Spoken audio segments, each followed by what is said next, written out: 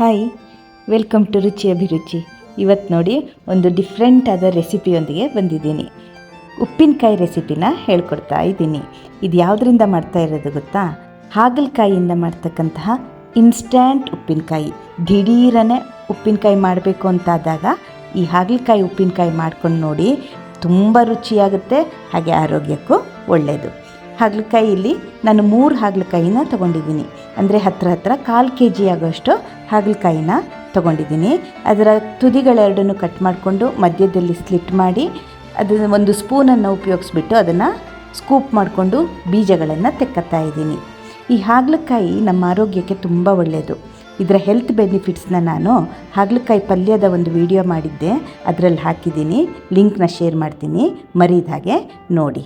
ಹೀಗೆ 3 ಹಾಗಲಕಾಯಿನೂ ನಾನು ಸ್ಕೂಪ್ ಮಾಡಿ ಬೀಜ ತೆಕ್ಕೊಂಡು ಸಣ್ಣದಾಗಿ ಹೆಚ್ಕೋಬೇಕು. ಈ ಕೆಲವೊಮ್ಮೆ ಮನೇಲಿ ಉಪ್ಪಿನಕಾಯಿ ಖಾಲಿ ಆಗಿಬಿಡುತ್ತೆ. ಅಂಗಡಿಯಿಂದ ತಂದು ಉಪ್ಪಿನಕಾಯಿ ಇಷ್ಟ ಆಗೋದಿಲ್ಲ, ಮನೇಲಿ ಮಾಡೋದಕ್ಕೆ ಮಾವಿನಕಾಯೋ ಲಿಂಬೆಕಾಯೋ ಸಿಗೋದಿಲ್ಲ.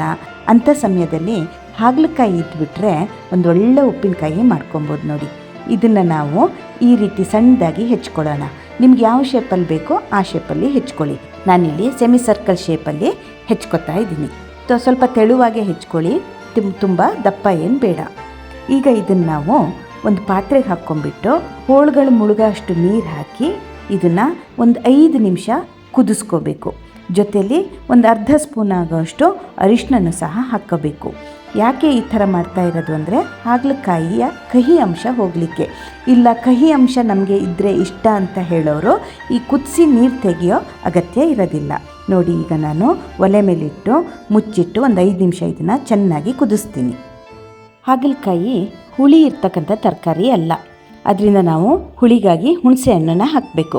ನಾನು ಒಂದು ಅರ್ಧ ಬಟ್ಲಾಗೋಷ್ಟು ಹುಣಸೆ ಹಣ್ಣನ್ನು ಬಿಸಿನೀರು ಹಾಕ್ಕೊಂಡ್ಬಿಟ್ಟು ನೆನೆಸಿಟ್ಕೊತಾ ಇದ್ದೀನಿ. ಇದರ ಜ್ಯೂಸ್ ತೆಗೆದು ನಾವು ಉಪ್ಪಿನಕಾಯಿಗೆ ಹಾಕಬೇಕಾಗುತ್ತೆ. ಈ ಕಡೆ ನೋಡಿ, ಹಾಗಲಕಾಯಿ ಚೆನ್ನಾಗಿ ಕುದೀತಾ ಇದೆ. ಇಷ್ಟು ಕುದ್ರೆ ಸಾಕು, ತುಂಬ ಏನು ಕುದಿಸಿ ಅದು ಮೆತ್ತಗಾಗೋ ತನಕ ಬೇಯಿಸೋ ಅಗತ್ಯ ಇಲ್ಲ. ಒಮ್ಮೆ ಹೀಗೆ ಕೈ ಆಡಿಸ್ಬಿಟ್ಟು ಸ್ಟವ್ನ ಆಫ್ ಮಾಡಿ ಇದನ್ನು ತಣ್ಣಗಾಗ್ಲಿಕ್ಕೆ ಬಿಡೋಣ. ನಂತರ ಇದನ್ನು ನಾವು ಸೋಸ್ಕೋಬೇಕು. ನೀರನ್ನು ಹೋಳುಗಳಿಂದ ಬೇರೆ ಮಾಡ್ಕೊಬೇಕು. ನಾನಿಲ್ಲಿ ಸ್ಟ್ರೈನರಲ್ಲಿ ಹಾಕಿ ಇದನ್ನು ಸೋಸ್ತಾ ಇದ್ದೀನಿ. ಹಾಗೆ ಬಿಟ್ಬಿಡೋಣ, ಇದು ಇನ್ನೂ ಸಹ ತಣ್ಣಗಾಗಬೇಕು.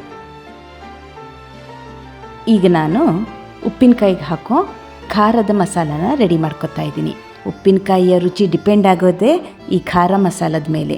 ಯಾವ ರೀತಿಯ ಮಸಾಲ ಪೌಡರ್ನ ಹಾಕ್ತೀವಿ ಅನ್ನೋದು ಇಂಪಾರ್ಟೆಂಟು. ಇಲ್ಲಿ ನಾನು ಸಾಸಿವೆ ಮತ್ತು ಮೆಂತ್ಯನ ಹಾಕ್ತಾ ಇದ್ದೀನಿ. ಒಂದು ದೊಡ್ಡ ಟೇಬಲ್ ಸ್ಪೂನಲ್ಲಿ 1 ಸ್ಪೂನ್ ಆಗುವಷ್ಟು ಸಾಸಿವೆನ ಹಾಕ್ತಾ ಇದ್ದೀನಿ. ಅದೇ ಸ್ಪೂನಲ್ಲಿ 1/4 ಸ್ಪೂನ್ ಆಗುವಷ್ಟು ಮೆಂತ್ಯನ ಹಾಕ್ತಾ ಇದ್ದೀನಿ. ಮೆಂತ್ಯ ಇಲ್ಲಿ ಘಮಕ್ಕೆ, ಜಾಸ್ತಿ ಹಾಕಿದರೆ ಆಲ್ರೆಡಿ ಹಾಗಲಕಾಯಿ ಕಹಿ ಮತ್ತು ಜಾಸ್ತಿ ಕಹಿ ಆಗೋ ಸಾಧ್ಯತೆ ಇದೆ. ಹಾಗೆ ಮೆಣಸಿನ್ಕಾಯಿನ ತಗೋತಾ ಇದ್ದೀನಿ.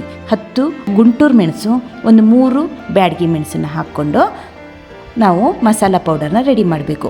ಮೊದಲಿಗೆ ಸಾಸಿವೆ ಮತ್ತು ಮೆಂತ್ಯನ ಹುರಿಲಿಕ್ಕೆ ಹಾಕ್ಕೊಂಡ್ಬಿಟ್ಟು ಸ್ವಲ್ಪ ಬೆಚ್ಚಗಾದ್ಮೇಲೆ ಮೆಣಸಿನ್ಕಾಯಿನ ಹಾಕಿಬಿಟ್ಟು ಚೆನ್ನಾಗಿ ರೋಸ್ಟ್ ಮಾಡಬೇಕು. ಕೆಲವರು ಎಣ್ಣೆ ಹಾಕಿನೇ ಹುರಿತಾರೆ, ನಾನಿಲ್ಲಿ ಎಣ್ಣೆ ಹಾಕ್ತಾ ಇಲ್ಲ, ಡ್ರೈ ರೋಸ್ಟ್ ಮಾಡ್ತಾ ಇದ್ದೀನಿ. ಸಾಸಿವೆ ಮೆಂತ್ಯ ಬೆಚ್ಚಗಾದ್ಮೇಲೆ ಮೆಣಸಿನ್ಕಾಯಿ ಹಾಕಬೇಕು, ಇಲ್ಲಾಂದರೆ ಮೆಣಸಿನ್ಕಾಯಿ ಕರಟೋಗೋ ಚಾನ್ಸಸ್ ಇರುತ್ತೆ. ಸ್ವಲ್ಪ ಕೈ ಆಡಿಸಿದ ಮೇಲೆ ಸಾಸಿವೆ ಮತ್ತು ಮೆಂತ್ಯ ಸಿಡಿಲಿಕ್ಕೆ ಸ್ಟಾರ್ಟ್ ಆಗುತ್ತೆ. ಆ ಹಂತದಲ್ಲಿ ಇಂಗನ್ನು ಹಾಕ್ಕೊಂಡ್ಬಿಟ್ಟು ಸ್ಟವ್ನ ತಕ್ಷಣ ಆಫ್ ಮಾಡಬೇಕು.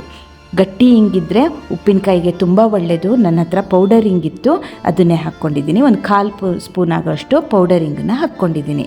ನಂತರ ಇವಿಷ್ಟು ತಣ್ಣಗಾದ್ಮೇಲೆ ಫೈನ್ ಪೌಡರ್ ಮಾಡ್ಕೊಬೇಕು. ನೋಡಿ, ಈಗ ಇದು ಫೈನಾಗಿ ಪೌಡರ್ ಆಗಿದೆ. ಇದಿಷ್ಟಾದಮೇಲೆ ಒಂದು ಬಾಣಲೆಯಲ್ಲಿ 2 ಸ್ಪೂನ್ ಆಗೋಷ್ಟು ಎಣ್ಣೆನ ಕಾಯಿಸ್ಬಿಟ್ಟು ನಾವು ಸಣ್ಣದಾಗಿ ಹೆಚ್ಕೊಂಡಿರೋ ಹಾಗಲಕಾಯಿ, ಬೇಯಿಸಿಟ್ಕೊಂಡಿರೋ ಹಾಗಲಕಾಯಿನ ಹಾಕಿ ಚೆನ್ನಾಗಿ ಹುರಿಬೇಕು.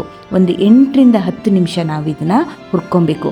ಇದರಲ್ಲಿರೋ ಮಾಯ್ಶ್ಚರ್ ಆಡಬೇಕು, ಹಾಗೆ ಸ್ವಲ್ಪ ಕ್ರಿಸ್ಪಿ ಆಗೋ ತನಕ ಹುರ್ಕೋಬೇಕಾಗುತ್ತೆ. ಹಾಗಂತ ಕಪ್ಪಗಾಗ್ಲಿಕ್ಕೆ ಬಿಡಬೇಡಿ, ಕ್ರಿಸ್ಪಿ ಆದರೆ ಸಾಕು.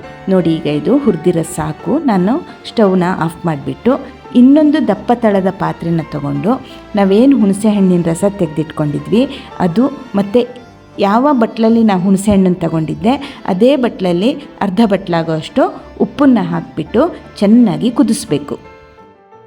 ನಿಮಗೆಲ್ಲ ನನ್ನ ವಿಡಿಯೋಗಳು ಇಷ್ಟ ಆಗ್ತಾಯಿದೆ ಅಂತ ಅನ್ಕೋತೀನಿ.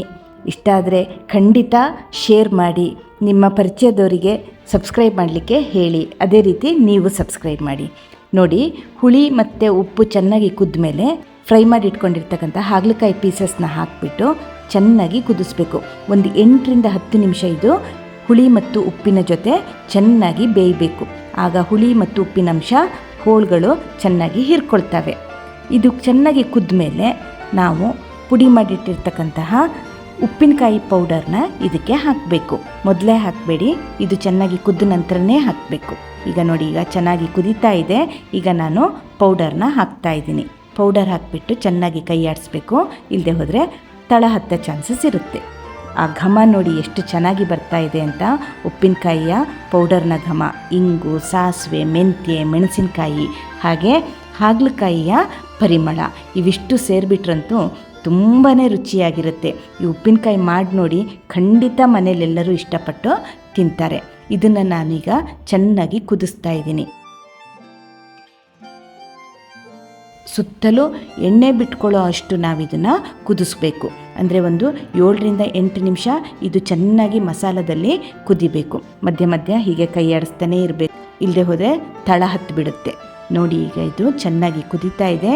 ಸುತ್ತ ಹೇಗೆ ಎಣ್ಣೆ ಬಿಡ್ತಾ ಇದೆ ನೋಡಿ, ಇಲ್ಲಿ ಎಡ್ಜಸ್ಸಲ್ಲಿ ಎಣ್ಣೆ ಮೇಲೆ ಬಂದು ತೇಲ್ತಾ ಇದೆ. ಅಲ್ಲಿಗೆ ಇದು ಕುದ್ದಿದ್ದು ಸಾಕು. ಈ ಹಂತದಲ್ಲಿ ಸ್ಟವ್ನ ಆಫ್ ಮಾಡಿಬಿಟ್ಟು ನಾವು ಇದು ತಣ್ಣಗಾಗಲಿಕ್ಕೆ ಬಿಡಬೇಕು. ತಕ್ಷಣವೇ ನೀವು ಜಾರ್ಗೆ ಇದನ್ನು ಟ್ರಾನ್ಸ್ಫರ್ ಮಾಡಬೇಡಿ. ಆವಿಯಾಗಿಬಿಟ್ಟು ಮಾಯ್ಶ್ಚರ್ ಆಗಿ ಅದು ಉಪ್ಪಿನಕಾಯಿನ ಹಾಳು ಮಾಡ್ಬೋದು. ಉಪ್ಪಿನಕಾಯಿ ತಣ್ಣಗಾದ ಮೇಲೇ ಇದನ್ನು ಒಂದು ಗ್ಲಾಸ್ ಜಾರಿಗೆ ಟ್ರಾನ್ಸ್ಫರ್ ಮಾಡಿ. ಇದು ದಿಢೀರ್ ಉಪ್ಪಿನಕಾಯಿ ಆಗಿರೋದ್ರಿಂದ ಹತ್ತಿರ 1 ವಾರ ನೀವು ಹೊರಗಿಟ್ಕೊಂಡು ತಿನ್ಬೋದು. 1 ವಾರದ ನಂತರನೂ ನೀವು ಇದನ್ನು ಉಪಯೋಗಿಸ್ತೀರಿ ಅಂತಾದರೆ ಫ್ರಿಜ್ಜಲ್ಲಿ ಇಟ್ಕೊಬೇಕಾಗತ್ತೆ. ಏಕೆಂದರೆ ಹಾಗಲಕಾಯಿಯಲ್ಲಿ ಎಷ್ಟೇ ತೆಗೆದ್ರೂ ಮಾಯ್ಶ್ಚರ್ ಅಂಶ ಇದ್ದೇ ಇದೆ, ಅದು ಉಪ್ಪಿನಕಾಯಿನ ಹಾಳು ಮಾಡ್ಬೋದು.